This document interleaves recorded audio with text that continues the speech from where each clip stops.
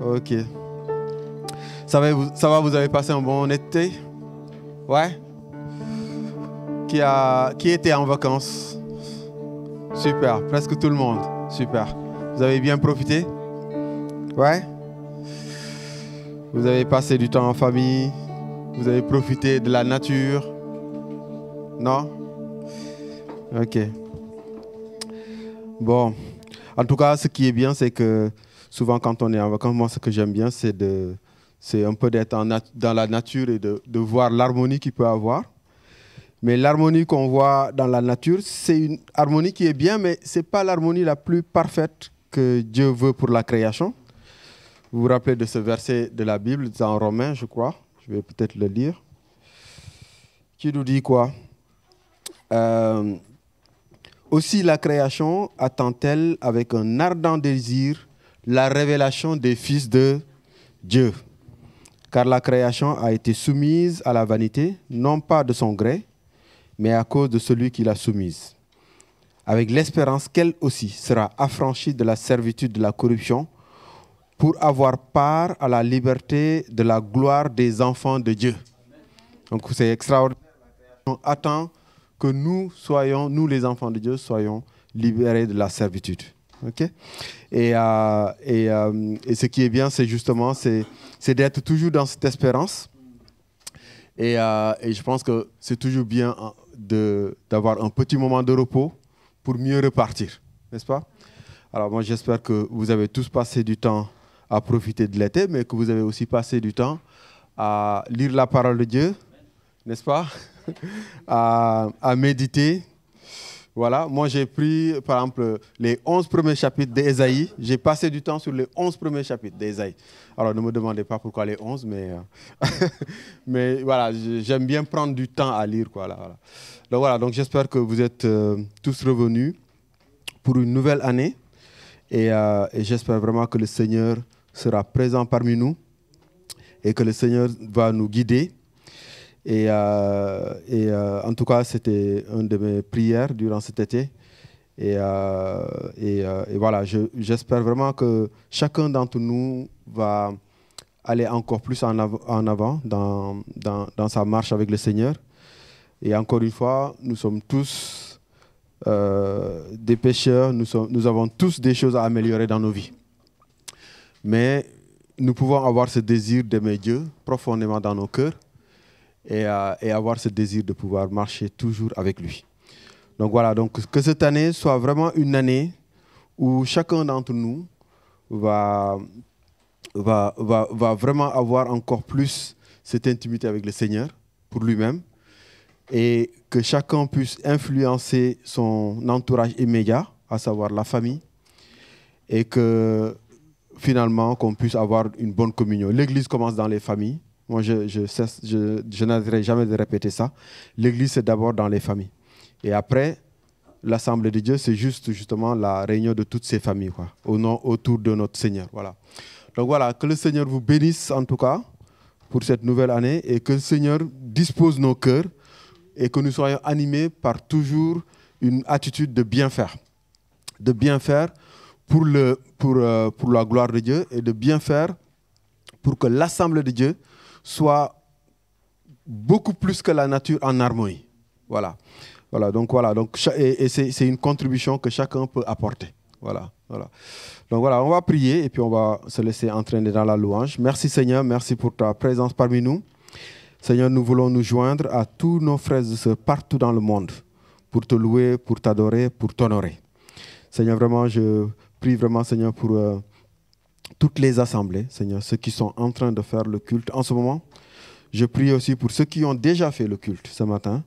Et je prie pour ceux qui vont faire après le culte, Seigneur, cet après-midi. Et Seigneur, bénis aussi tous ceux qui ont fait les cultes hier. Et Seigneur, nous voulons nous joindre à eux pour honorer ton nom, pour glorifier ton nom, pour exalter ton nom, Seigneur. Seigneur, vraiment, nous te rendons grâce et nous te glorifions, Seigneur. Vraiment, bénis chacun d'entre nous ici. Et Seigneur, bénis aussi chaque personne, Seigneur, qui se réclame de toi. Chaque personne qui croit à l'œuvre de ton Fils, qui croit à la mort et la résurrection de ton Fils et qui met, Seigneur, son espérance, Seigneur, à son retour. Et Seigneur, merci pour tout. sois vraiment, Seigneur, notre guide. Et vraiment, nous prions, Seigneur, que tu puisses recevoir nos louanges, nos prières, nos chants. Et que, Seigneur, tu puisses disposer nos cœurs pour le message de ce matin, Seigneur. Je prie pour que chaque personne soit touchée et que, Seigneur, à travers ce message, que tu puisses passer, Seigneur, vraiment ce que tu aimerais passer pour ton assemblée ici présente. Merci pour ton amour, merci pour ta présence et merci pour tout ce que tu fais dans nos vies, Seigneur. Sois glorifié et sois exalté. Au nom de Jésus, j'ai prié. Amen.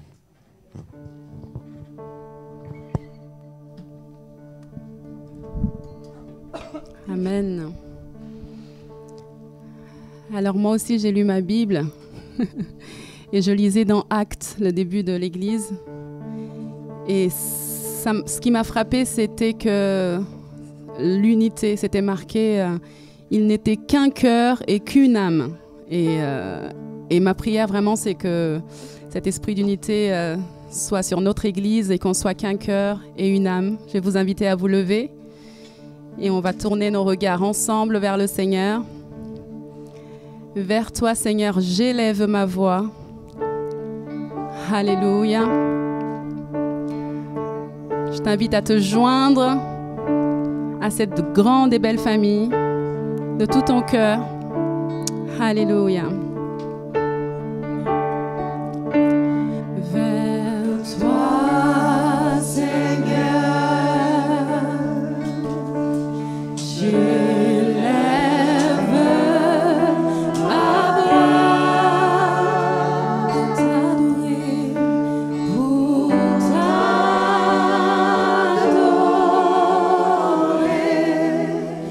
mon Sauveur.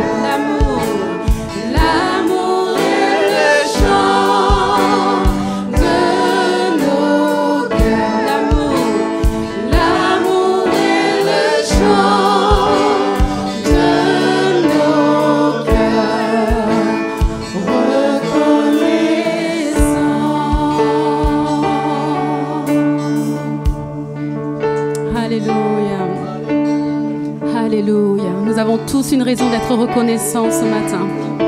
Alléluia. On ne peut pas rester silencieux devant le roi des rois et devant la grandeur de son œuvre, de tout ce qu'il fait. Alléluia. Nous nous unissons pour ça. Alléluia. Pour regarder à qui il est, pour regarder à ce qu'il fait et pour faire monter notre adoration. Alléluia. Merci Seigneur, parce que tu nous unis comme une armée, Seigneur, avec un même objectif, avec un même but, Seigneur, avec un même cœur, avec un même amour. Alléluia. Merci Seigneur. Merci Jésus. Alléluia. De ce que tu nous réunis à nouveau, Seigneur, en ce dimanche, en ce début de saison, en cette rentrée. Alléluia. Nous tenons devant toi, telle une armée qui se lève. Alléluia. Nous voulons t'obéir, Seigneur. Nous voulons te servir. Nous voulons faire ta volonté. Alléluia.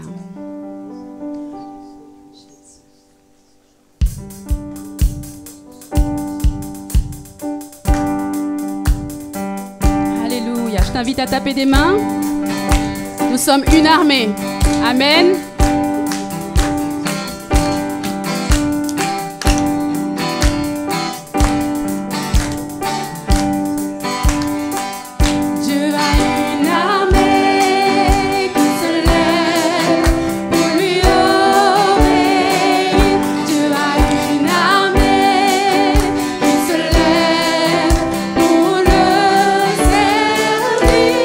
Peuple de Dieu, lève tes mains.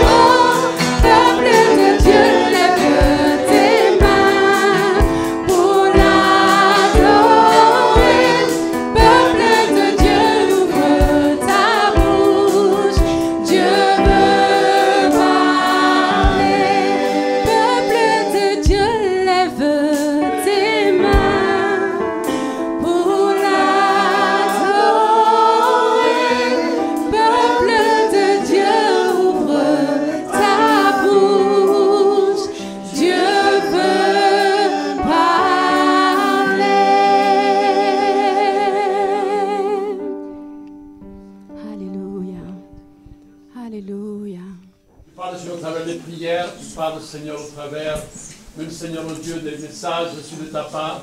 Que nous voulons ce matin, Seigneur, te dire que nous sommes à ton écoute, notre cœur est à ton écoute, Seigneur. Que tu mets le message dans notre cœur, Seigneur, à communiquer, qu'on puisse être prompt à le faire, Seigneur, et pouvoir, Seigneur, édifier, encourager, Seigneur, et voir, Seigneur, comment tu construis sur l'Église avec la participation, Seigneur, de chaque membre. Merci, Seigneur, depuis le plus petit jusqu'au plus âgé.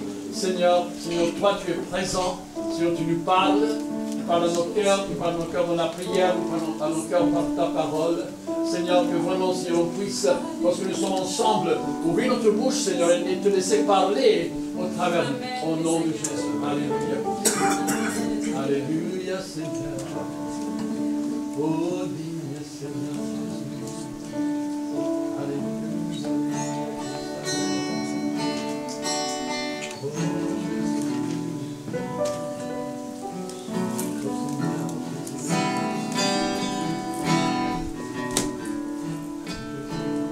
À tes pieds, je veux être assis, écouter ta voix divin maître, recevoir jour après jour de ton amour pour mieux te servir.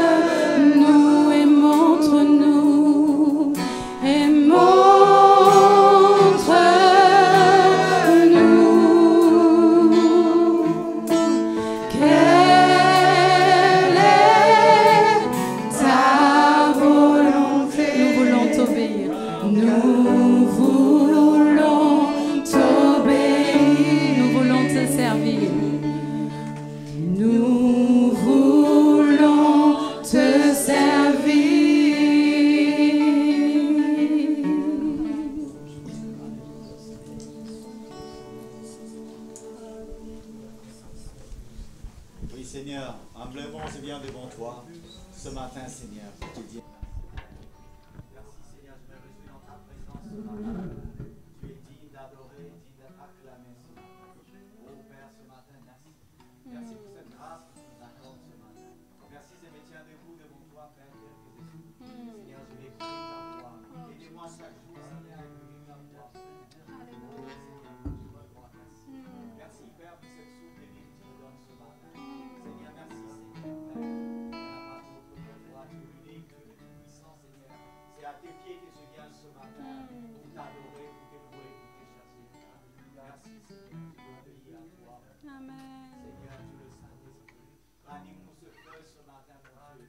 Chacun de nous dans cette assemblée, Père, pour te louer, pour chercher ta face. Oh, merci. Que tout l'honneur, la gloire, Oh Jésus. merci. Alléluia. Merci Seigneur.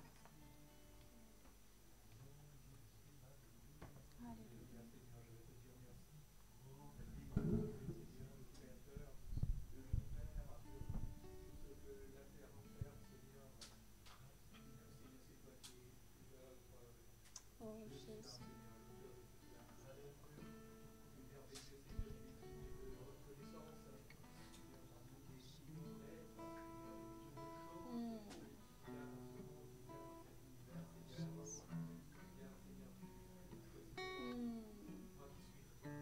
Oh Jésus. Oh Jésus. Amen.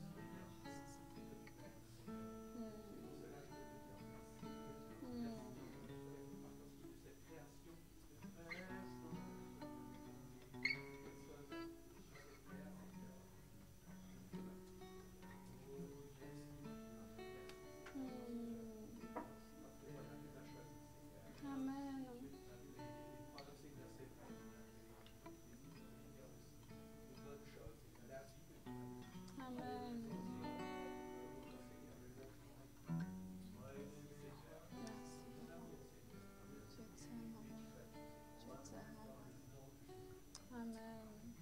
Amen. Merci Jésus.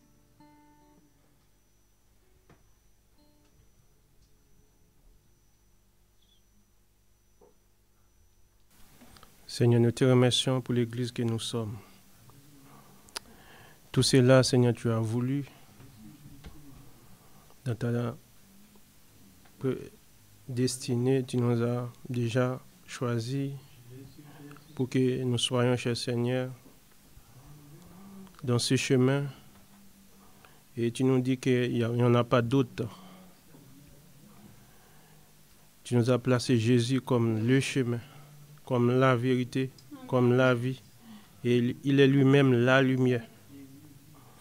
Aujourd'hui, Seigneur, nous ne pouvons pas suivre d'autres et nous ne trouvons pas, cher Seigneur, la paix, quel que soit le chemin qu'on pouvait emprunter.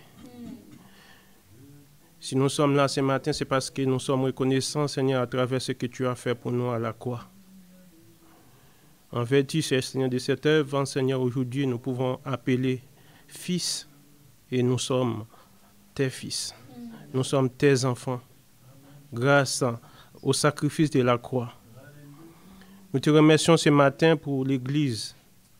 Nous te remercions pour tous nos frères et sœurs qui sont présents ce matin. Te demandons vraiment de nous aider à comprendre, Seigneur, la profondeur de cet amour. Aidez-nous à comprendre, Seigneur, ce que tu as fait pour nous. Ce n'était pas quelque chose de facile, mais tu l'as fait parce que tu nous aimes. Aujourd'hui, Seigneur, comme disait l'apôtre Paul dans Romains chapitre 8, qui pourra nous séparer de cet amour? Même par la maladie, même par la souffrance, même par les périls, rien ne pourra nous séparer, même par la mort. Car tu as vaincu la mort, tu as dit dans l'Apocalypse, tu as la clé de la mort, du séjour des morts. Aujourd'hui, nous crions la victoire parce que tu es vainqueur et nous marchons dans la victoire. Merci Seigneur. Sois béni ce matin. Au nom de Jésus. Amen. Alléluia. Seigneur, nous venons devant toi, Seigneur, ce matin, pour te présenter, Seigneur, Maël. Maël qui est de l'église de Le Havre Seigneur. L'église où sont donc Ruby et Sarah et Rachel et leur famille. Seigneur, tu vois ce jeune homme de 23 ans, marié, Seigneur, qui est dans le coma depuis dimanche dernier. Seigneur, tu es le seul qui peut intervenir, Seigneur, même que nous ne le connaissons pas. Moi, je le connais, mais même que nous ne le connaissons pas, Seigneur, nous voulons, Seigneur, nous avons entendu dans la prière de Julot, rien ne peut nous séparer de l'amour de Dieu, ni la mort, la vie. Seigneur, tu sais, Seigneur, quel est donc son pronostic actuellement, Seigneur. Tu vois comment son cerveau, Seigneur, est constamment attaqué, Seigneur, constamment donc activé. Il est dans le coma et Seigneur, il craigne, Seigneur, au Dieu, qu'en le réveillant, Seigneur, qu'il y ait, Seigneur, un risque. Te demandons au nom de Jésus, Seigneur, d'envoyer ta parole, Seigneur, et guérir Maël. Seigneur, restaure-le. Tu as connu dans le passé, Seigneur, je te demande, Seigneur, que tu lui donnes sur l'occasion d'être réveillé à toi. Seigneur, que tu suscites en lui, Seigneur, une soif de toi. Il a entendu des messages, il a entendu des lectures de la Bible cette semaine. On a pu chanter, on a pu prier. Mais Seigneur, lui, Seigneur, il est, d'après les médecins, complètement, Seigneur, dans le coma. Te demandons, Seigneur, que tu encourages ses parents, Seigneur André, Seigneur, et Josette, que tu encourages sa femme, Héloïse, Seigneur, aussi. Seigneur, et toutes les familles, Seigneur, et les églises, Seigneur, qui prient pour eux. Te demandons, Seigneur, que tu envoies, Seigneur, tes anges maintenant. Alléluia, Seigneur, et que tu exerces un ministère de réconfort et de force, Seigneur, à cette famille, au nom de Jésus. Merci, Père. Seigneur, nous prions, Seigneur, comme c'était notre enfant, Seigneur, qui était sur ce lit d'hôpital. Seigneur, il est sur le brancard, Seigneur. Et nous voulons être des brancardiers en tant qu'Église, Seigneur, qui prie. Seigneur, que tu te manifestes, que tu interviennes puissamment dans sa vie. Au nom de Jésus. Au nom de Jésus-Christ. Oh Seigneur, agis, Seigneur, par ta puissance. Au nom de Jésus. Amen.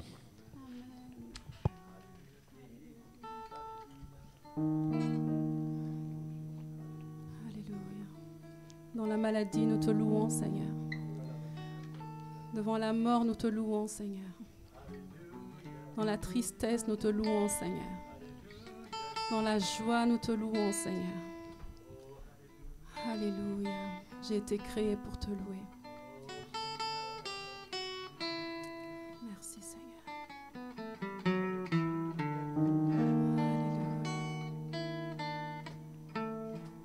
Merci, Jésus.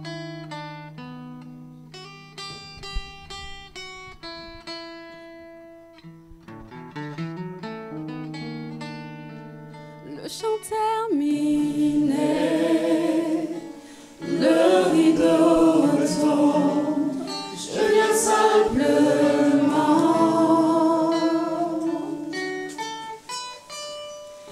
porter mon offrande, car j'ai le désir de réjouir ton cœur. J'apporte plus qu'un beau chant, chanter ne suffit pas pour répondre à ton appel. Les apparences sont trompeuses, tu vois bien l'au-delà. Oh Dieu, tu sondes mon cœur.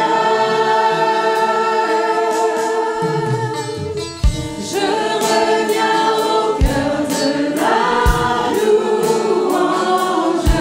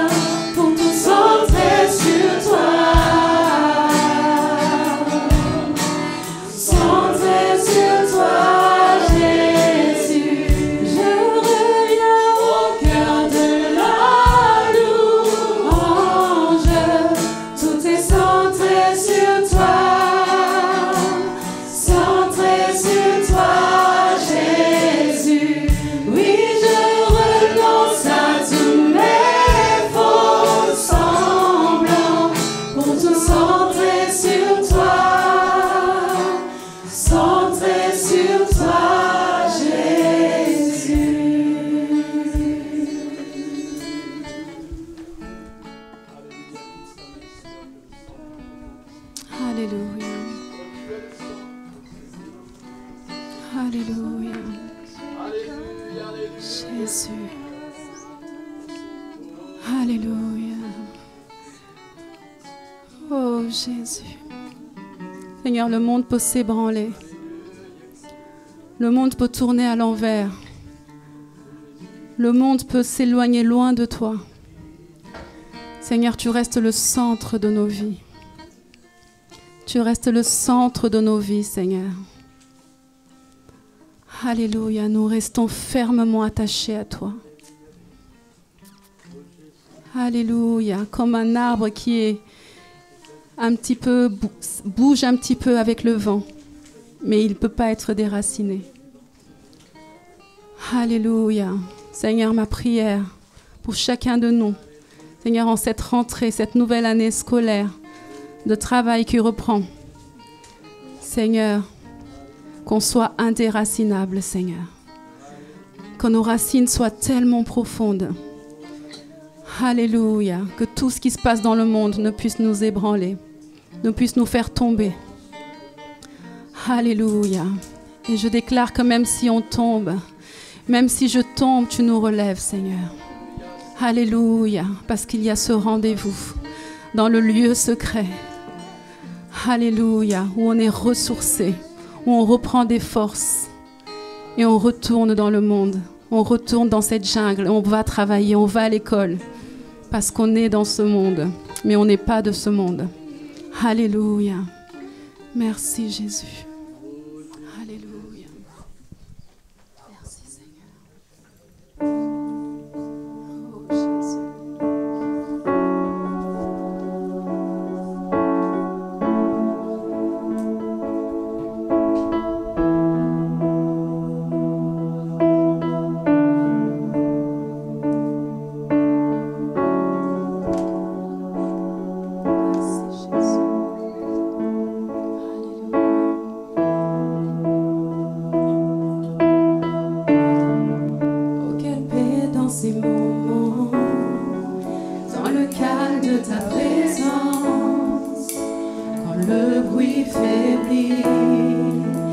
Tu parles à mon âme, tu as toute mon attention.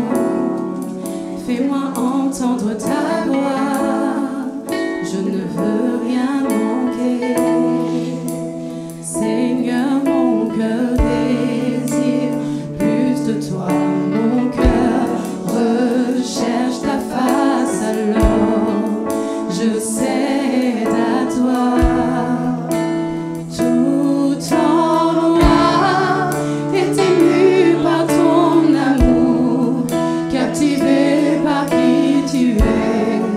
Conduis-moi à te connaître.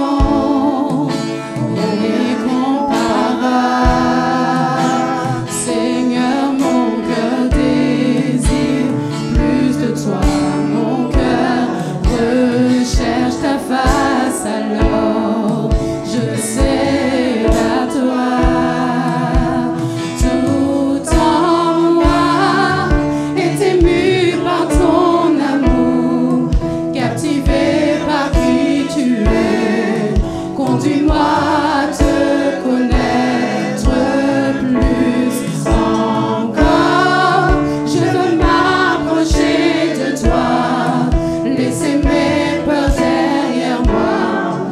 Seigneur, viens toucher ma vie à nouveau. Oh, oh, oh, oh, oh,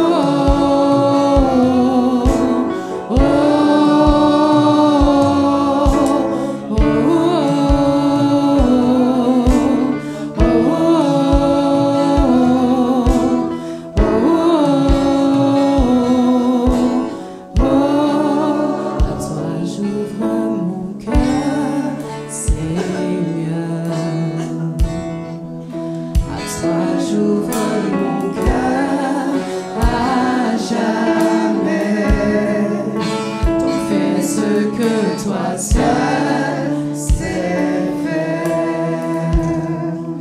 Jésus, viens régner dans ma vie.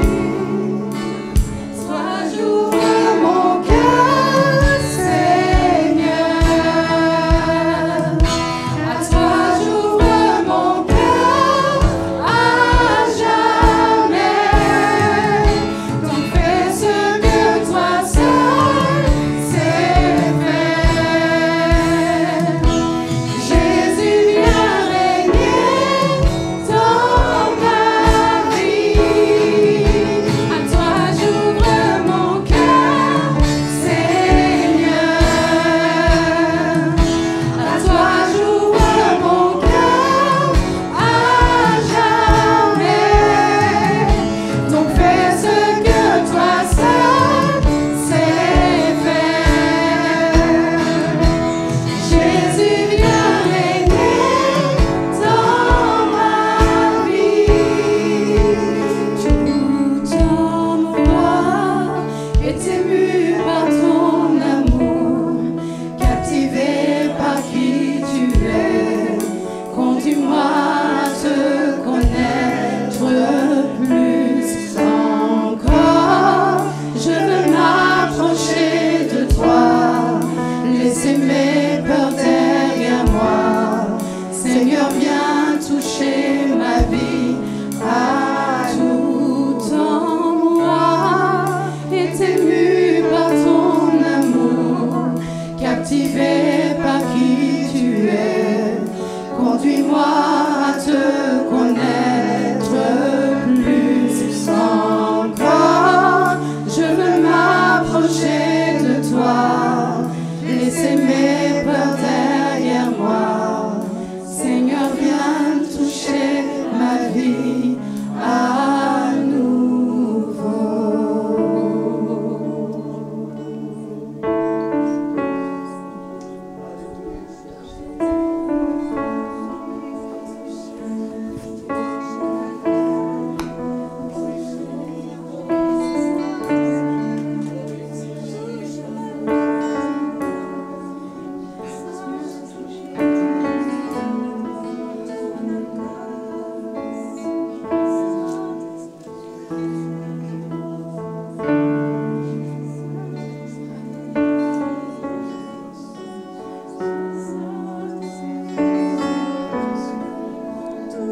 J'aimerais te laisser avec cette prière pour cette semaine.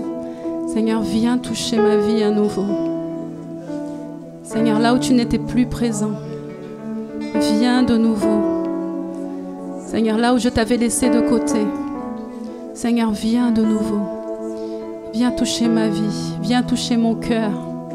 Viens renouveler mes forces. Viens renouveler ma vision. Viens renouveler mon zèle. Viens renouveler mon envie de te servir. Viens me faire comprendre encore, Seigneur, que pour toi l'obéissance vaut mieux que les sacrifices. Viens, Seigneur. Viens toucher ma vie à nouveau. Alléluia. Amen.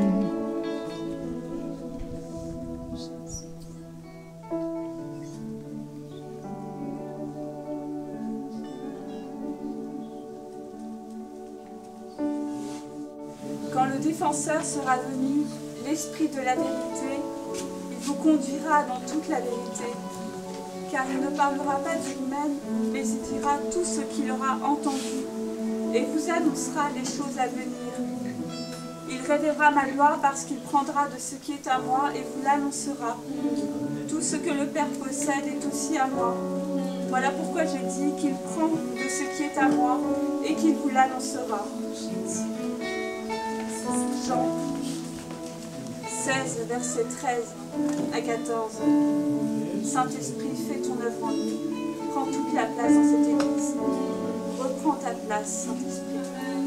Dans tous les domaines de notre vie, reprends ta place. Quelque chose que nous n'avons pas donné, Seigneur, nous te les donnons ce matin. Saint-Esprit, viens œuvrer dans cette église. Là où tu le veux, comme tu le veux. Ton souffle, souffle sur cette église. Tu relèves tous ceux qui sont tombés. Tu les relèves ce matin, Seigneur. Saint-Esprit, nous t'implorons, pardonne-nous pour nos fautes. Pardonne-nous pour tout ce que nous n'avons pas fait de juste, de bien. Saint-Esprit, prends pitié. Prends pitié.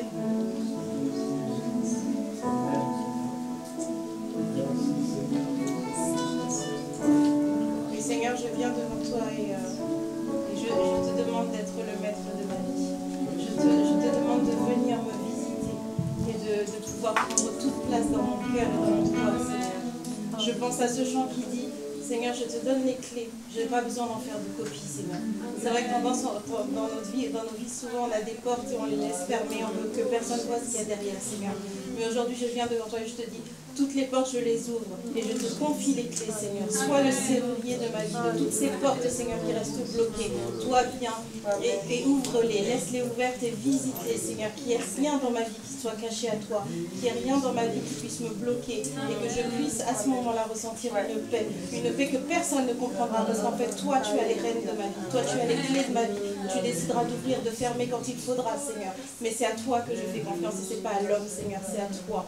Merci pour ton amour, merci parce que peu importe ce qui se passera, que ça souffle à gauche, à droite, Seigneur, toi, tu me permettras de rester enraciné en toi. Et cette confiance, Seigneur, je te remercie pour cette confiance, Père éternel. Et c'est entre tes mains que je confie ma vie, Seigneur. Amen.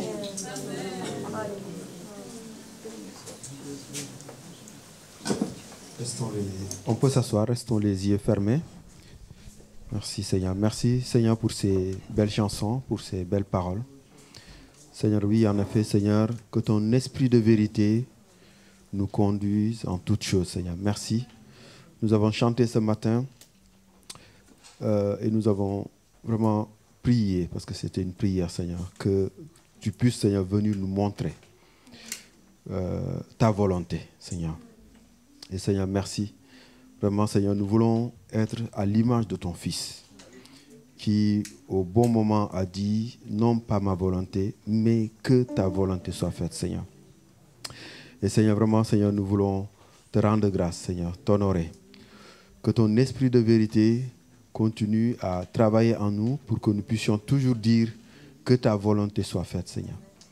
Parce qu'en réalité, Seigneur, il y a deux types d'hommes. Ceux qui disent que ta volonté soit faite et ceux qui disent que ma volonté soit faite. Et Seigneur, nous voulons être parmi ceux qui disent que ta volonté soit faite. Seigneur, merci. Vraiment, Seigneur, aide-nous à ce que ces paroles soient une réalité dans nos cœurs. Seigneur, nous savons que, Seigneur, nous n'avons pas la force, Seigneur, ni l'énergie, Seigneur, pour réaliser cela. Mais nous comptons sur ta grâce.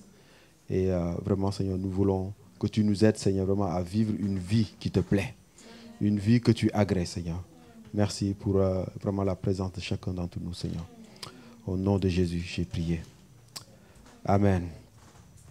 Amen. En tout cas, pour celles et ceux qui étaient en retard, bienvenue à nouveau pour ce début d'année, on va dire, scolaire. Et c'est toujours bien de revoir les visages. Je ne sais pas s'il y a des annonces. Non? Il y a des annonces? Ouais, ok. Donc, il y a la reprise des réunions de prière tous les mardis. Donc, à 19h30, c'est ça? 19h30, voilà. Donc, n'hésitez pas à venir se joindre à nous tous les mardis à 19h30. Je ne sais pas si tu as d'autres annonces. Moi, j'ai une petite annonce pour les femmes. Pour les femmes. Toujours, hein. Désolée les hommes, hein, je m'adresse aux femmes tout le temps. Première réunion de la rentrée le dimanche 22 septembre. Merci de bien noter, pour celles qui n'avaient pas vu sur le groupe, de bien noter. Et merci pour votre présence qui encourage.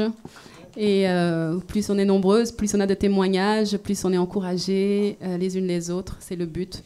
Donc voilà, un repas tout ensemble après le culte et ensuite un temps de louange, de prière, de témoignage, etc. Voilà, merci. Super. En tout cas, vous pouvez prier aussi pour le groupe des hommes. Voilà, comme ça, qu'on ait voilà, exactement, le même élan. Voilà, donc je ne sais pas s'il y a quelqu'un qui est prévu pour les enfants ce matin. Ouais. Ok. Ah oui. Ouais. Allez, je demanderai à 2 personnes de venir m'aider pour les offrandes.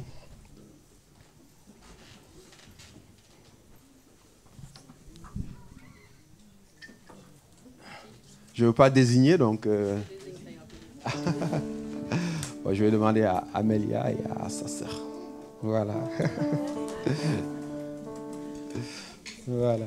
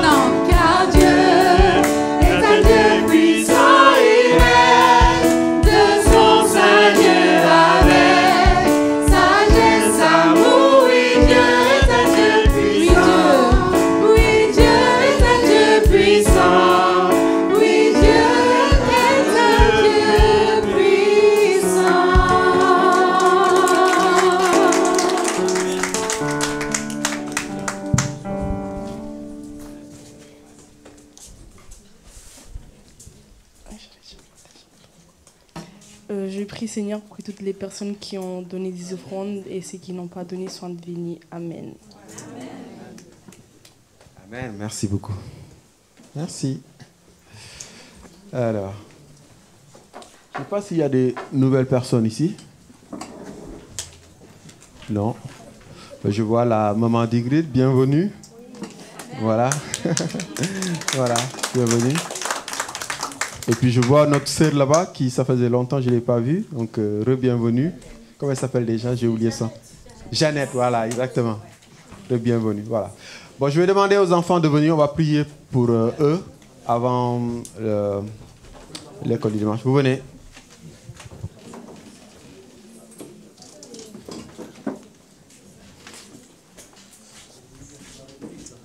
Ouais.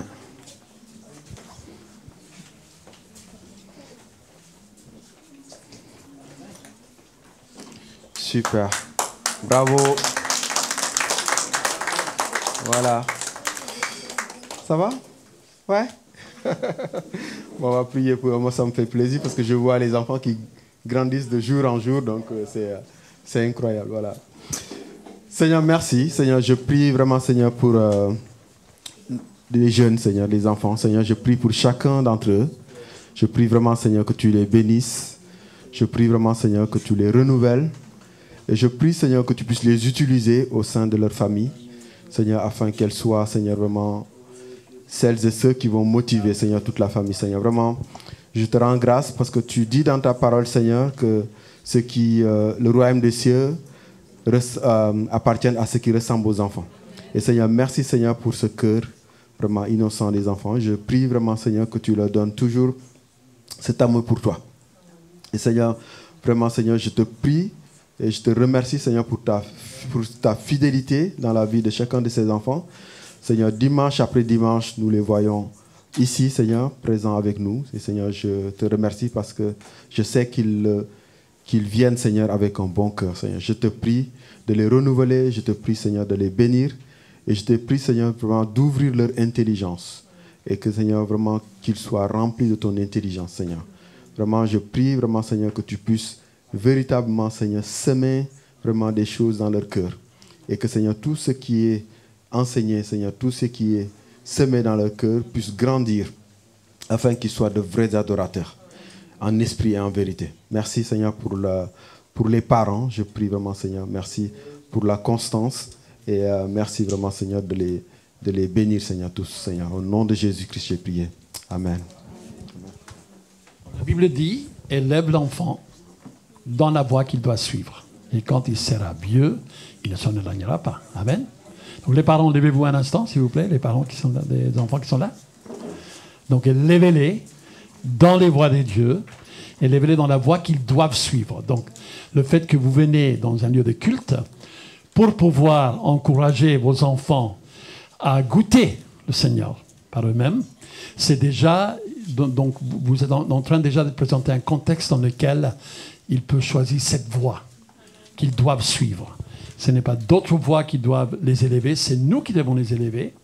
Les moniteurs d'école de dimanche sont là pour leur donner de l'information, mais c'est nous les parents qui éduquons les enfants. Et donc s'ils sont présents avec nous, donc alors intéressez-vous à ce qu'ils voient tous les dimanches. Intéressez-vous s'il y a des versets qu'ils ont appris par cœur, voyez-les avec eux. Encouragez-les à mémoriser avec vous le psaume 119, n'est-ce pas? Donc autour de la table, vous rangez tous les téléphones et vous citez le verset. Rappelez-vous qu'il y a l'examen dimanche prochain, le psaume 79 à 104. Mais ce qui est important, c'est que vous déterminez quelle voie ils vont suivre. Amen. Et quand ils seront grands, ils ne s'en éloigneront pas. Amen. Dieu vous bénisse.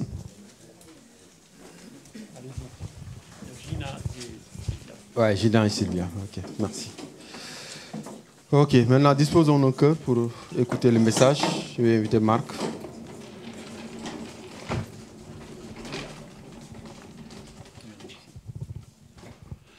Alléluia, merci Seigneur. Bon, c'est toujours bien de vous revoir tous de retour. Vous savez, pendant le mois d'août, parfois c'est des dimanches dans lesquels vraiment on est 2 ou 3 rassemblés au nom de Christ, mais bon, on est rassemblés au nom de Christ, c'est ça qui est important. Et c'est là où le Seigneur veut se manifester et il veut se révéler dans nos cœurs.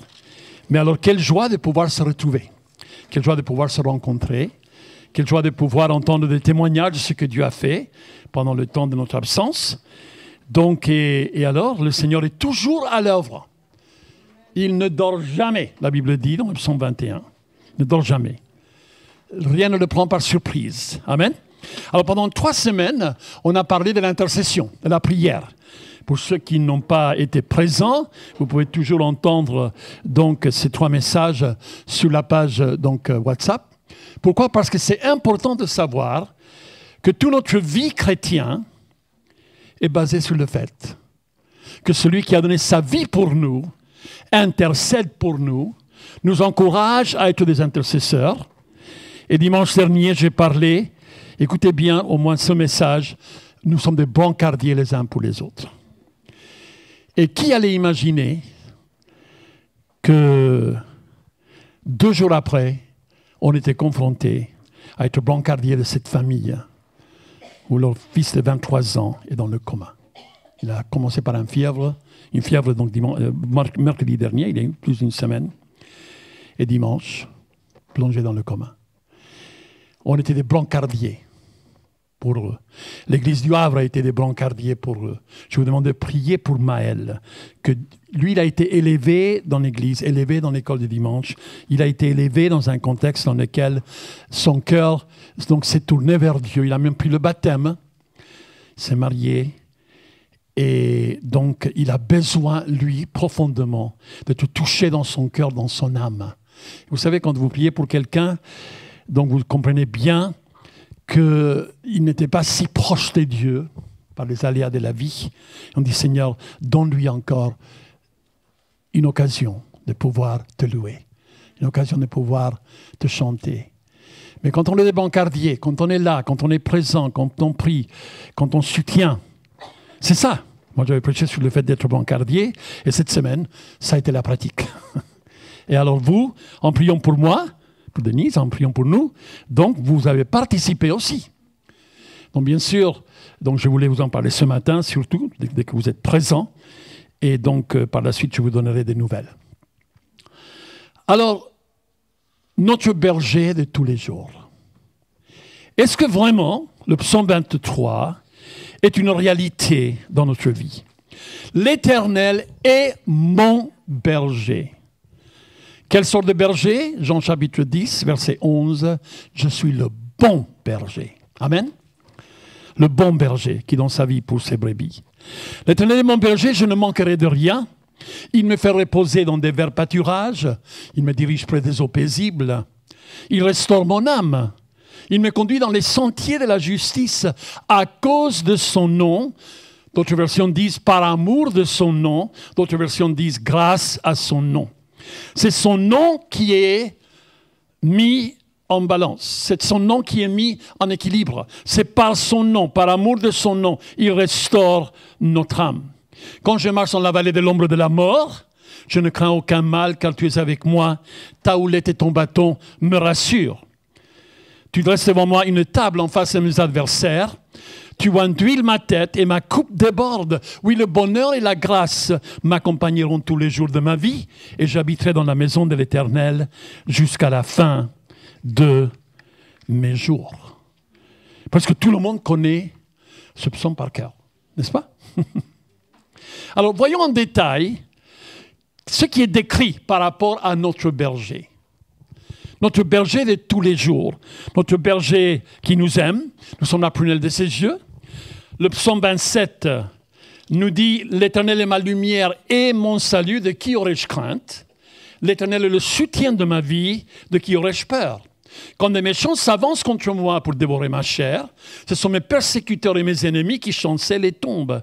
Si une armée s'est campée contre moi, mon cœur n'aurait aucune crainte. Si une guerre s'est levée contre moi, je serai malgré cela plein de confiance. Je demande à l'Éternel une chose que je désire ardemment. Je voudrais habiter toute ma vie dans la maison de l'Éternel pour contempler la magnificence de l'Éternel et pour admirer son temple. Car il me protégera dans son tabernacle au jour du malheur. Il me cachera sous l'abri de sa tente. Il me lèvera sur un rocher. Il y a un vieux hymne qui dit « Il cache mon âme dans le creux du rocher ». Au moment de la tempête, il cache mon âme dans le creux du rocher. Au moment donc de l'épreuve, il cache mon âme dans le creux du rocher. Premièrement, c'est celui qui pourvoit.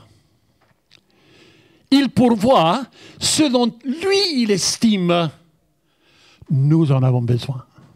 OK? Ce n'est pas les caprices qu'il vient couvrir. Il pourvoit à nos besoins. Et il dit, l'Éternel est mon berger, je ne manquerai de rien. Et surtout, il me fait reposer dans des verts pâturages où je mange bien. Parce que lui, il a choisi ces pâturages. Il sait exactement ce dont mon âme a besoin. Rappelons-nous, c'est notre âme, c'est notre esprit. Je ne manquerai de rien. Lisons Matthieu chapitre 6, verset 25. Vous connaissez bien le verset 33. Cherchez d'abord le royaume de Dieu et sa justice. Mais lisons le contexte. Le contexte, ce sont les versets avant, les versets après. Et regardons ce que Dieu veut nous dire ici. Matthieu 6 et verset 25. C'est pourquoi je vous dis, ne vous inquiétez pas pour votre vie de ce que vous mangerez, ni pour votre corps de ce que vous serez vêtu. La vie n'est-elle pas plus que la nourriture et le corps plus que le vêtement? Regardez les oiseaux du ciel, ils ne sèment, ils ne moissonnent et ils n'amassent rien dans les greniers, et votre Père céleste les nourrit. Ne valez-vous pas beaucoup plus qu'eux? Qui de vous, par ses inquiétudes, peut encore ajouter une coudée à la durée de sa vie? Et pourquoi vous inquiétez au sujet du vêtement? Considérez comment croissent les lys des champs, ils ne travaillent ni ne filent. Cependant, je vous dis que Salomon, même dans toute sa gloire, n'a pas été vêtu comme l'un d'eux. Si Dieu revêt ainsi l'herbe des champs, qui existe aujourd'hui, qui demain sera jeté au four, ne vous vêterait-il pas plus fort à votre raison, Jean de peu de foi? Ne vous inquiétez donc point, et ne dites pas que mangerons-nous, que boirons-nous, de quoi serons-nous vêtus, car toutes ces choses, ce sont les païens qui les recherchent. Votre Père céleste sait que vous en avez besoin. En 2 Corinthiens, chapitre 9, 2 Corinthiens, chapitre 9, il y a aussi un autre passage qui nous parle de certains principes. Que certains principes, quand on donne au Seigneur, on est en train de s'aimer. Mais en fin de compte, si en donnant, Dieu vient combler nos cœurs de toutes sortes de grâces, ce n'est pas pour nous féliciter, ce n'est pas pour que nous, on puisse être considérés. Non, c'est tout simplement pour qu'on ait de quoi accomplir l'œuvre que Dieu a mis entre nos mains. C'est pour ça que je disais il y a quelques semaines, on n'est pas attaché aux biens matériaux. On n'est pas attaché aux biens de ce monde. Nous sommes dans ce monde, mais nous ne sommes pas de ce monde. Nous ne courons pas dans un esprit de compétitivité, de voir qu'est-ce qu'on peut avoir que le voisin il a, que nous on n'en a pas, etc. Alors, 2 Corinthiens chapitre 9, verset 6, sachez-le, celui qui sème peu moissonnera peu, celui qui sème abondamment moissonnera abondamment, que chacun donc comme il a résolu en son cœur, sans tristesse ni contrainte, car Dieu aime celui qui donne avec joie. Et Dieu peut vous combler de toutes sortes de grâces, afin que, possédant toujours en toutes choses de quoi satisfaire à tous vos besoins, vous ayez encore en abondance pour toute bonne œuvre. Paul disait à Timothée, si tu as de quoi t'habiller, si tu as de quoi te nourrir, cela suffit. Toutes les autres choses, quand on lit en Matthieu chapitre 6, au verset 33, « Cherchez premièrement le royaume de Dieu et sa justice, et toutes les autres choses vous seront données par-dessus. » Donc, est-ce qu'on vit pour les autres choses ou est-ce qu'on vit pour le royaume de Dieu et sa justice? Est-ce qu'on vit pour les bénédictions matérielles et visibles, évidentes qu'on peut avoir dans notre vie, ou est-ce qu'on vit pour que le royaume de Dieu soit étendu et la justice de Dieu soit établie dans les cœurs? Vous savez, on peut se dire, oui, mais toi tu es content parce que tu as tout. Tu as une maison, tu as une voiture, tu as un mari, tu as une femme, tu as des enfants, tu as des enfants. Voilà, tu as tout ce qu'il te faut, c'est pour ça que tu es heureux. Non. Je dois être heureux car j'aime Dieu, car je cherche le royaume des dieux et sa justice. S'il y a combien de personnes ont vécu des situations dans leur famille dans lesquelles ils ont perdu certaines choses. Le mari est décédé, la femme est décédée, il y a un enfant qui est décédé, il y a un travail qui disparaît. Il y a donc une certaine sécurité qui disparaît. Et on s'est dit, mais Seigneur, où est-ce que tu es? Mais il est toujours là, amen. Il est toujours là. Il sait de quoi tu as besoin. Il veut t'encourager à comprendre, il ne te manquera de rien. De rien pour faire sa volonté, de rien pour assumer ta place de responsable dans ton foyer. Il n'y a rien, rien ne te manquera. Philippiens 4, 19 nous dit, Et mon Dieu pourvoira tous vos besoins selon sa richesse avec gloire en Jésus-Christ. Si vous lisez le contexte en Philippiens 4, il est question donc de pouvoir dire « Je peux tout par celui qui me fortifie, je sais vivre dans la disette, je sais vivre dans l'abondance ». Lui, il cherchait dans l'église de Philippe une participation pour aider les saints qui étaient en difficulté. Vous lisez Philippiens 4. Ceux qui ont fait INSTE, vous avez bien décortiqué Philippiens 4, n'est-ce pas? Alors, vous êtes en train de vous dire, alors, donc, moi, je vais comprendre que tout ce que j'ai est à Dieu.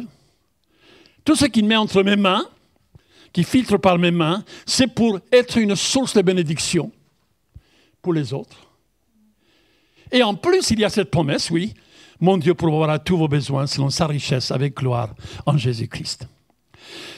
Alors, vous savez, un berger insensé ne permettrait pas aux brebis d'avoir ce dont elles ont besoin. Parfois, on a un non retentissant de la part de Dieu parce que lui, il estime que nous n'avons pas besoin de ce que nous pensions être un désir de notre cœur. C'est vrai qu'en le psaume 37, verset 4, il dit « Fais de l'Éternel tes délices et il te donnera ce que ton cœur désire. » Ah oui, tu vois la promesse, il ne m'a pas donné ce que je voulais. Non.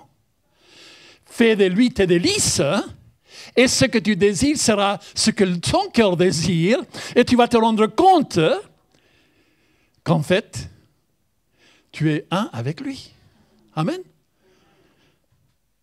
Qu'est-ce qu'il dit en Jacques chapitre 4? Ne demandez pas pour assouvir à vos besoins. Demandez, sachez comment demander. Selon la volonté et le cœur de Dieu. Il est un bon berger. Ne l'oublions pas. Il est un bon berger. Oui, mais pourquoi est-ce qu'il permet la maladie? Oui, mais pourquoi il permet cette situation? Pourquoi il permet que je perde mon travail? Il est un bon berger. Réfugie-toi en lui. Alléluia. Il est celui qui pourvoit. Il veille sur son troupeau. Vous croyez qu'il veille sur son troupeau? À plusieurs reprises, dans le psaume 100, versets 1 à 3, je vais le lire. Nous commençons donc avec un chant de louange. Vous connaissez donc le psaume 100. C'est vraiment un psaume de réjouissance. Poussez vers l'Éternel des cris de joie, vous tous habitants de la terre.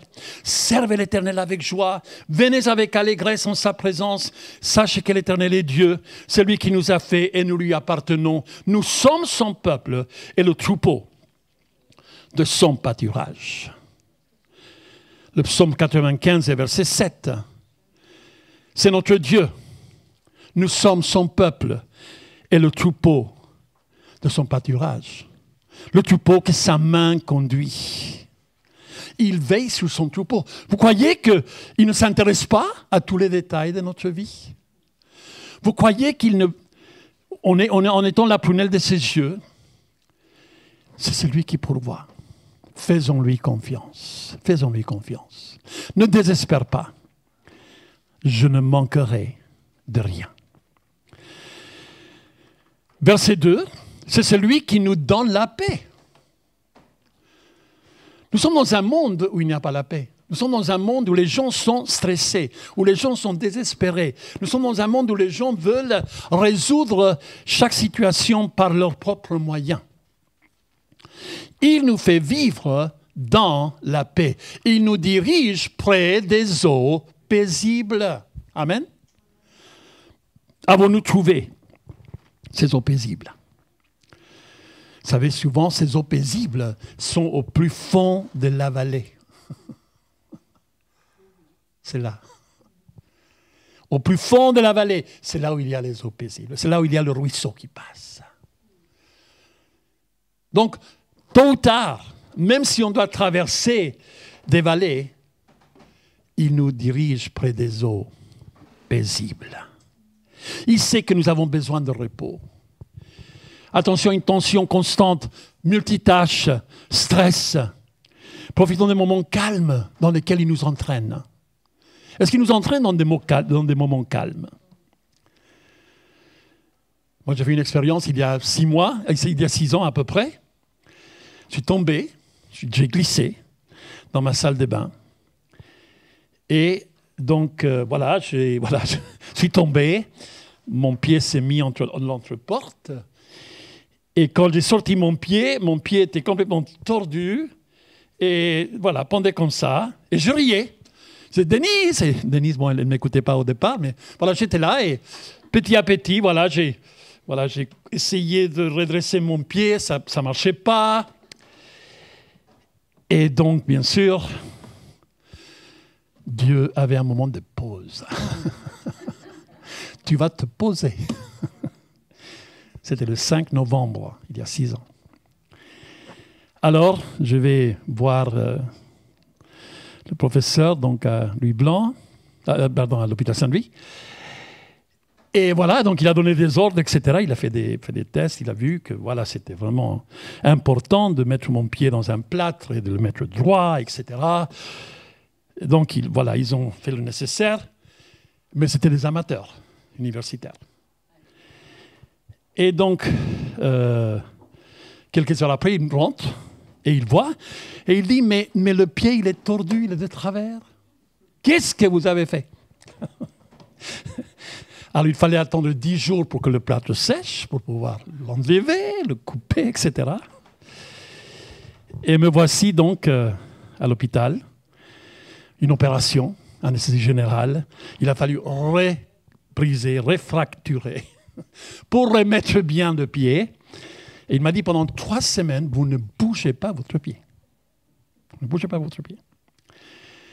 Bon, vous vous rappelez, pour ceux qui étaient à l'époque, à 10h30, Denise est partie, après l'opération du soir. Et l'infirmière m'a dit, mais si vous avez mal, vous sonnez sur le truc là, parce que je vous donnerai ce qu'il faut pour la douleur.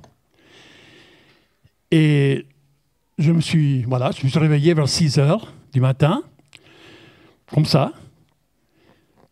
Et donc, j'avais pas mal. L'anesthésie était bien passée. J'avais pas mal. Je continuais à prier, vous priez pour moi, etc.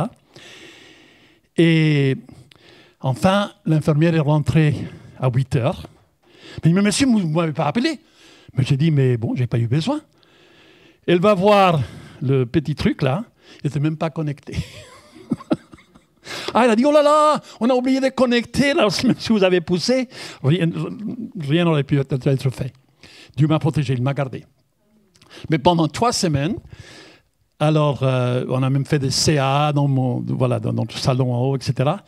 Et j'ai attaché mon pied comme ça, et j'ai mis des élastiques, vous savez, qu'on utilise pour faire des déménagements. Et mon pied était attaché à ces petites tables basses pendant 3 semaines.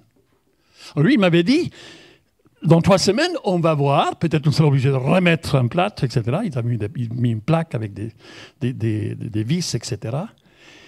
Et 3 semaines après, il m'a dit, mais je ne suis pas obligé de vous plâtrer. Qu'est-ce que vous avez fait? Mais vous m'avez dit de ne pas bouger. Dieu m'a mis en pause. Dieu m'a mis en pause. Et c'était des bons moments. J'étais cloué à la maison. Denise, il fallait qu'elle m'emmène un verre d'eau, etc., la nourriture.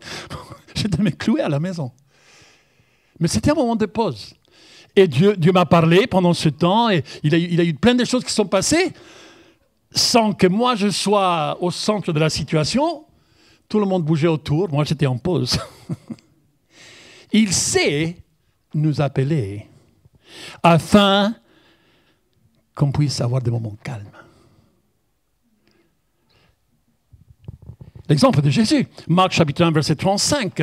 Vers le matin, pendant qu'il faisait encore très sombre, il se leva et sortit pour aller dans un lieu désert où il pria. Vous vous rappelez en Osée, chapitre 2, il dit « Dieu l'a appelé dans le désert pour parler à son cœur. » Combien de fois dans l'agitation, il nous dit « Prends du temps à part pour moi. » À 9 reprises, on voit comment Jésus, il a pris le temps d'être à l'écoute de la voix du Père. Luc chapitre 6, verset 12, avant qu'il choisisse les disciples. En ce temps-là, Jésus se rendit sur la montagne pour prier. Il passa toute la nuit avec Dieu. Il nous conduit près des eaux paisibles. Marc 6, 31, il dit à ses disciples, « Venez à l'écart dans un lieu désert et reposez-vous un peu. Écoutons la voix du berger qui nous dit, « Repose-toi. » Ne me sers pas dans l'agitation, ne me sers pas dans le stress, ne me sers pas dans la peur, dans la crainte de quand dira-t-on si je ne suis pas là où il fallait, etc., etc. Pendant des années, Denise peut le témoigner, mais moi je répondais à toutes les urgences dont j'entendais parler, à tout. Et combien de fois le mercredi, qui était le jour des enfants, je disais, bon, je vous promets demain, jeudi, on se verra, mais bon, il y a une situation très difficile, et je partais. Et Denise gentiment, voilà, restait avec les enfants. Mais bien sûr, à un moment donné, j'ai compris. Et ma belle-mère, qui est toujours en vie, qui aura 91 ans en janvier, Marilyn, qui a remplacé ma maman, quand ma maman est partie auprès du Seigneur il y a 38 ans. Elle dit, je prie pour que Dieu te donne le discernement de savoir vers quelle urgence aller. Quelle situation traiter. Parce que personne n'est indispensable. Hein? Et je lui ai remercié combien de fois. Merci de prier comme ça. Parce que quelque part, on n'est pas indispensable.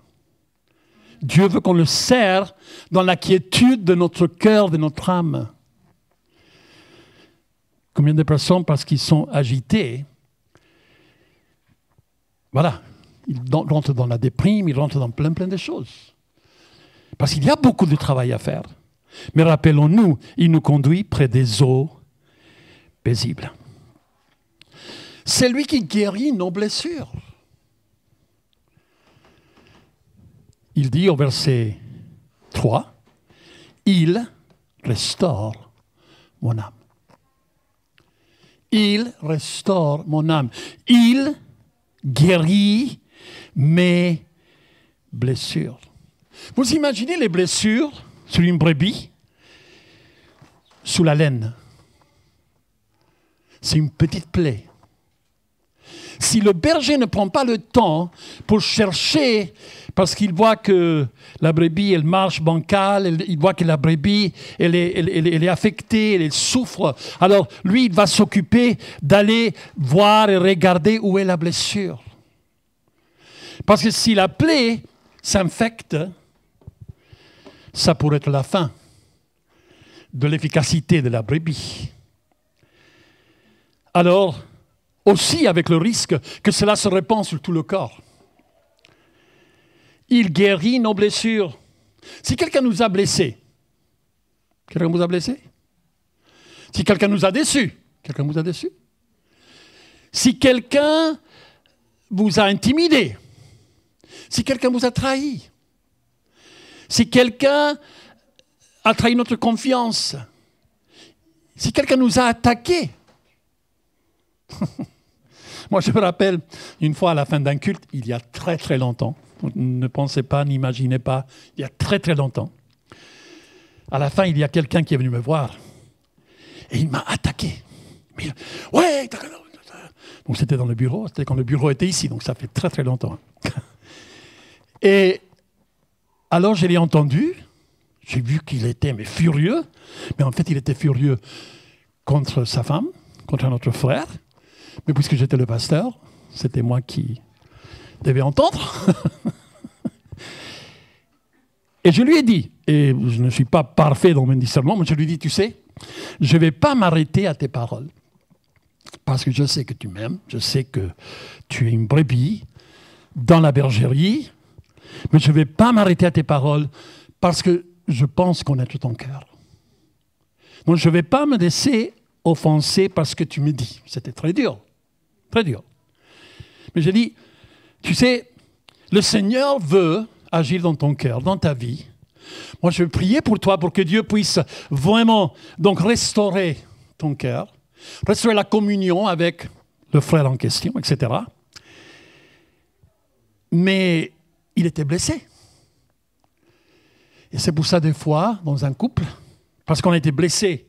C'est pour ça que quand on forme un couple pour le mariage, on parle des blessures du passé. On parle des choses. On parle même des situations avec les parents, si les parents n'avaient pas été si sages, voilà, qu'ils auraient aimé, etc. Et on parle de ces choses pour que pendant le mariage, s'il y a une blessure du passé qui revient à la surface, on va se dire, bon, je comprends pourquoi tu as réagi. Pourquoi? Parce que quand on est marié, on réagit le plus contre ceux qu'on aime le plus. C'est la vie, c'est la réalité. Et des fois, il faut demander pardon. Je n'aurais pas dû réagir de cette manière. Veux-tu me pardonner? Vous savez, quand on demande pardon, c'est pas pardonne-moi, hein. Excuse-moi, tu sais, je vais recommencer. Moi, je ne change pas, hein, mais tu me pardonnes, tu me supportes. Non, non, non, non, non. Veux-tu me pardonner? Et là, celle ou celui à qui on demande, ils peuvent te dire, bon, laisse-moi réfléchir. Moi, je veux vraiment comprendre si tu as compris ce que tu as dit, ce que tu as fait. C'est ça. Parce que s'il y a des blessures du passé qui n'ont pas été guéries, tôt ou tard, cela va se manifester. Il guérit notre âme par sa parole. Il restaure notre âme. Qu'est-ce qu'il dit dans Ésaïe 61, verset 1? L'Esprit de l'Éternel est sur moi. Il m'a oint pour porter des bonnes nouvelles aux malheureux. Il m'a oint pour guérir ceux qui ont le cœur brisé. C'est donc une prophétie messianique concernant Jésus, mais en tant que corps de Christ, cette même onction aussi est sur nous. Et Dieu nous appelle à aider à la restauration, à guérir ceux qui ont le cœur brisé. Ma sœur, elle est en contact avec plus de 12 000 familles maintenant. Des femmes qui ont perdu leur mari, des parents qui ont perdu leurs enfants. Tout simplement pour leur dire, si vous êtes consolés, un jour vous pourrez consoler d'autres. Et donc, son mari était décédé en 2019. Le Covid est arrivé en 2020. C'est à cause du Covid que tant de pasteurs sont morts et tant de femmes de pasteurs et bon, tant de personnes, même non-chrétiens, ont perdu leur mari, leur femme, etc. Et maintenant, c'est un ministère qui s'étend donc sur toute l'Amérique du Sud et le Mexique et même jusqu'aux États-Unis. Pourquoi? Parce qu'elle s'est dit, Seigneur, moi je suis veuve. Quel est l'après, mon mari? Qu'est-ce que tu veux de moi? Et Dieu lui a dit, je veux que tu consoles afin qu'eux, ils puissent consoler. Et bien sûr, dans la tristesse, bien sûr, dans la peine, elle a commencé à exercer ce ministère de consolation. Et nous sommes consolés pour pouvoir consoler les autres. Et c'est pour ça qu'il faut avoir de la compassion, il faut avoir un regard d'amour, de pitié pas malsaine, mais de pitié. Et comme je disais la semaine dernière, je chantais le chant, tout est bien dans mon âme. On ne lâche pas quelqu'un qui est dans une blessure, qui est dans une souffrance, jusqu'à ce qu'eux, ils nous disent, je vais bien. Tout est bien dans mon âme. C'est celui qui restaure notre âme. Moi, en tant que pasteur, parfois j'ai des rendez-vous, et ça depuis que l'église est ouverte, et même avant. Pourquoi? Parce qu'on discute et on parle et on écoute et on entend des blessures qui ont eu lieu dans la vie des personnes. Combien de personnes viennent à Christ à l'âge de 40 ans? Imaginez jusqu'à 40 ans sans Christ. Blessures, hypersensibilité, souffrance, problèmes avec les parents. Combien de personnes sont passées par des arrière-plans qui sont tellement difficiles? Et Dieu nous appelle et il nous dit, je suis celui qui restaure ton âme par amour de ton nom, de mon nom. En quatrième lieu, c'est celui qui nous protège. Quand je marche dans la vallée de l'ombre de la mort, je ne crains aucun mal, car tu es avec moi. Celui qui nous protège. Il nous donne la sagesse pour savoir comment vivre l'épreuve. Jacques, chapitre 1, nous dit, mes frères, et verset 2, regardez comme un sujet de joie les diverses épreuves auxquelles vous pouvez être exposés. On souffre pendant les épreuves. On a besoin de sa protection. C'est pour ça qu'il nous met au creux du rocher. Sachant que l'épreuve de votre foi produit la patience, mais il faut que la patience accomplisse parfaitement son œuvre, afin que vous soyez parfaits et accomplis sans faillir en rien. Quand est-ce qu'on sera parfait et accompli? Quand on verra Jésus face à face. Jusqu'alors, nous allons traverser des moments dans lesquels nous allons apprendre à nous réjouir dans les diverses épreuves. Si quelqu'un de vous manque de la sagesse, qu'il la demande à Dieu, qui donne à tout simplement et sans reproche lui sera donné, mais qu'il la demande avec foi sans douter. Pourquoi est-ce que la sagesse est liée à l'épreuve? Quelque part, Seigneur, donne-moi la sagesse de savoir comment je peux traverser ce moment difficile, comment je peux glorifier ton nom en toutes circonstances. Donne-moi la sagesse, parce que je veux que ta patience accomplisse en moi ton œuvre. Le Saint-Esprit est toujours présent, celui qui nous protège. Il est notre consolateur, Jean chapitre 14, Jean chapitre 16. Il nous conduit avec soin. Et le berger, qu'est-ce qu'il dit? On est rassuré par sa houlette et par son bâton. Parfois, la brebis veut se promener un peu partout.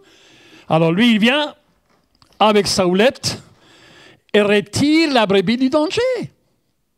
Il la protège. Nous sommes en joug avec Christ, n'est-ce pas? Prenez mon joug. Recevez de moi mes instructions quand je suis doux et humble de cœur. Nous sommes en joug avec Christ. Le joug était pour un taureau bien expérimenté et donc et un plus jeune qui deviendra un jour un taureau. Et ils vont défricher les champs. Ils vont préparer la terre pour la semence. Et alors, le joug bien expérimenté, le taureau bien expérimenté, il est en joug avec le plus jeune. Et le plus jeune, tout d'un coup, il regarde qu'il y a les autres vaches et les autres veaux qui sont en train de courir et tout. Il dit, oh, mais j'aimerais bien être là-bas. Et tout d'un coup, comme il est en joug avec le plus âgé, tout d'un coup, le plus âgé, il tourne à droite et bon, tant pis, hein, ceux qui sont là-bas en train de s'amuser, moi je suis en joug. Je suis en joug. Pourquoi? Parce qu'il est notre protecteur. Il nous protège, il nous garde. Il ne nous laissera jamais seuls. C'est toujours avec nous. Emmanuel, Dieu est avec nous. Rassurez-les, Matthieu chapitre 18 et verset 20, je serai avec eux jusqu'à la fin du monde. C'est lui qui nous protège dans les moments difficiles. Combien de fois les enfants, ils veulent faire leur propre expérience et nous les parents, non, mais je ne veux pas que tu rentres droit dans le mur. Hein. Fais attention. Et parfois, il y a des enfants qui disent, ah non, mais moi, tu me laisseras faire, parce que moi, je veux vivre, etc. Et nous, on est là et on prie, et en tant que parents, on est préoccupés. Pourquoi? Parce qu'on veut protéger nos enfants dans des moments difficiles. Malheureusement, il y aura des moments difficiles. Et nous pouvons leur dire, il sera toujours avec toi. C'est celui qui assure notre victoire. Il dit au verset 5 du chapitre 23, « Tu dresses devant moi une table, même en face de mes adversaires. » Il assure notre victoire. Vous savez, Satan est vaincu. Alléluia. Jésus est ressuscité d'entre les morts. Jésus a triomphé de la mort. Il a triomphé du monde. Jésus a payé pour notre victoire. Il dit en Colossiens chapitre 2 et verset 13. Colossiens chapitre 2 et verset 13. Vous qui étiez morts par vos offenses et par l'incirconcision de votre chair, il vous a rendus à la vie avec lui en nous faisant grâce pour toutes nos offenses. Il a effacé l'acte dont les ordonnances nous condamnaient et qui subsistait contre nous. Il a détruit en le clouant à la croix. Il a dépouillé les dominations et les autorités, les a livrées publiquement en spectacle, en triomphant d'elles par la croix. Et nous, aujourd'hui, on triomphe du monde par la foi en la croix. Celui qui assure notre victoire. Ne sois pas dans la défaite. C'est lui qui assure ta victoire. Il dresse devant toi une table en face de tes adversaires. Être à la table, ça veut dire il est là pour te nourrir, il est là pour t'entourer. Face à toute l'opposition que tu peux avoir, il dresse devant toi une table. Il assure ta victoire. En 6e lieu, c'est celui qui nous donne la joie. Tu oins d'huile ma tête et ma coupe déborde. Oui, le bonheur et la grâce m'accompagneront tous les jours de ma vie. L'huile représente la joie dans la Bible. Appelez l'huile de joie. Par exemple, Psaume 45, 8, « Tu aimes la justice et tu hais la méchanceté. C'est pourquoi, ô Dieu, ton Dieu t'a oint d'une huile de joie. » Ésaïe 61, 3, « Il m'a oint pour donner une huile de joie au lieu du deuil. » Ésaïe 35, verset 10, « À l'Éternel la richesse, c'est lui qui nous conduit, ainsi les rachetés de l'Éternel retourneront. Ils iront à Sion avec des chants de triomphe et une joie éternelle couronnera leur tête. » Une huile de joie. Paul se réjouissait en prison. Et en plus, il disait, le fait que je suis en prison, ça encourage les autres à aller évangéliser. Je me réjouis en prison. Paul et Silas se sont réjouis en prison. Ils ont commencé donc à louer le Seigneur, à chanter. Et tout d'un coup, tremblement de terre. Tremblement de terre. Mon père citait un vieux prédicateur parce qu'il disait, quand Paul et Silas ont commencé à louer Dieu, Dieu a commencé à faire comme ça. À la musique, tremblement de terre, qui les a libérés. Ils ne se plaignaient pas, ils étaient en train de louer Dieu. Jésus se réjouissait en esprit. Luc chapitre 10 et verset 17. Luc chapitre 10 et verset 17. C'était quand les 70 revinrent avec joie, après que Jésus les avait envoyés, disant, « Seigneur, les démons, même nous sommes soumis en ton nom. » Jésus leur dit, « Je voyais Satan tomber du ciel comme un éclair. Voici, je vous ai donné le pouvoir de marcher sur les serpents et les scorpions et sur toute la puissance de l'ennemi. Et rien ne pourra vous nuire. Cependant, ne vous réjouissez pas de ce que les esprits vous sont soumis, mais réjouissez-vous de ce que vos noms sont écrits dans les cieux. » En ce moment, même Jésus tressaillait de joie par le Saint-Esprit, et il dit, « Je te loue, Père, Seigneur du ciel et de la terre, de ce que tu as caché ces choses aux sages et aux intelligents, ce que tu les as révélées aux enfants. Oui, Père, je te loue de ce que tu l'as voulu ainsi. » La joie. La louange est une arme. Psaume 149. Vous savez, le 150 psaumes. Si vous lisez 5 psaumes par jour, en un mois, vous lisez tous les psaumes. C'est pas mal comme régime. Psaume 149, chantez à l'Éternel un cantique nouveau, chantez ses louanges dans l'assemblée des fidèles. Qu'Israël se réjouisse en celui qui l'a créé, que les fils de Sion soient dans l'allégresse à cause de leur roi, qu'il loue son nom avec des danses, qu'il le célèbre avec le tambourin et la harpe, car l'Éternel prend plaisir à son peuple et glorifie les malheureux en les sauvant. Que les fidèles triomphent dans la gloire, qu'ils poussent des cris de joie sur leurs couches, que les louanges des dieux soient dans leur bouche et le glaive à 2 tranchants dans leurs mains. Pour exercer la vengeance sur les nations, pour châtier les peuples, la louange est une arme que Dieu a mis entre nos mains. La joie de l'Éternel est notre force. La joie de l'Éternel est notre force. Comment est-ce qu'on réjouit le cœur de Dieu? Jean chapitre 15. Parce que nous gardons ses commandements. Et nous rendons notre joie parfaite parce que sa joie est rendue parfaite. La joie de l'Éternel est notre force. En toutes circonstances, vous savez, la joie, ce n'est pas un sentiment, c'est un acte de foi. C'est un acte de foi. Lisez Néhémie chapitre 8, 9 à 10, et vous verrez comment et pourquoi il disait la joie de l'Éternel est votre force.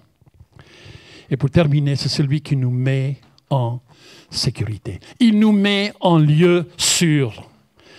Psaume 23, verset 6, « Et j'habiterai dans la maison de l'Éternel jusqu'à la fin de mes jours. »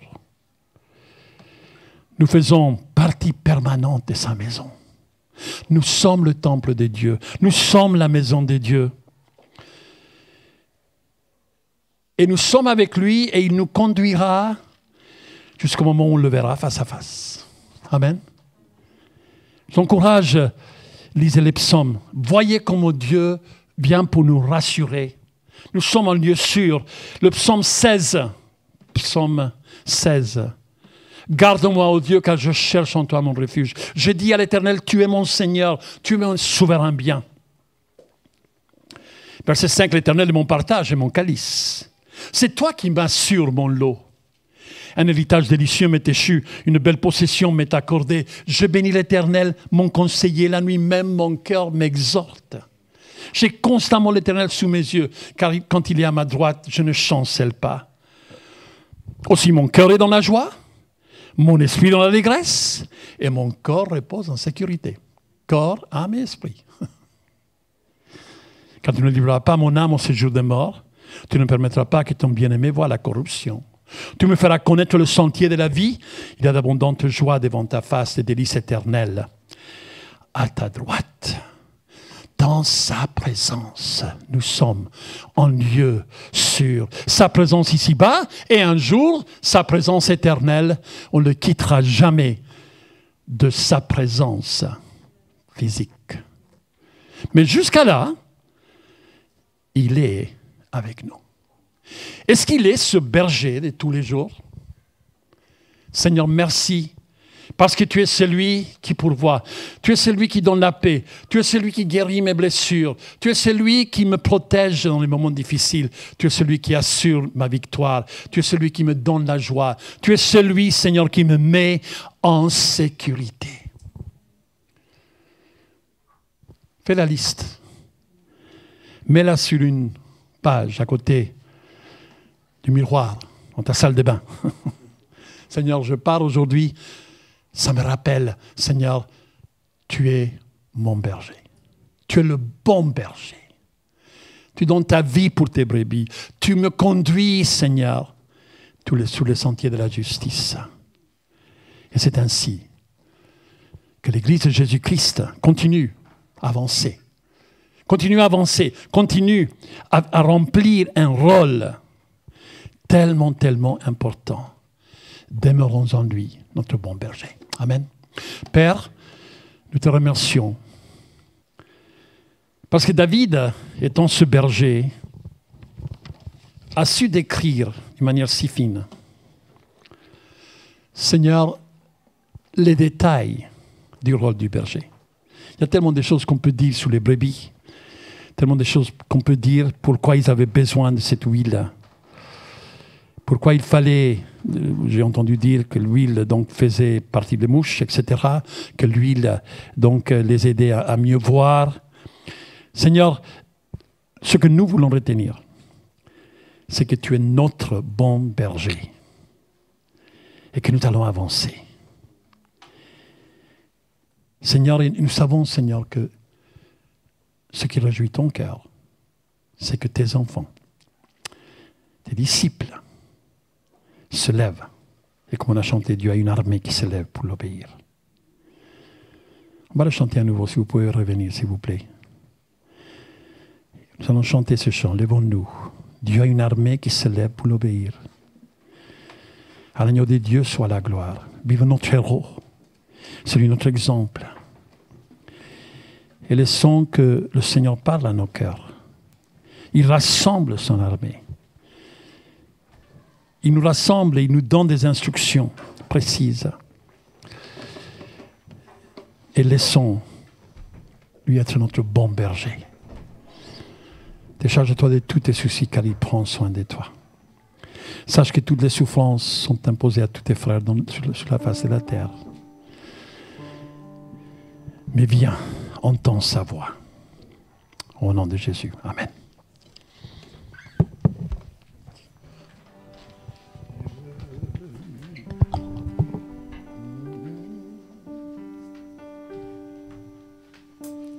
Dieu a une armée qui se lève pour lui obéir.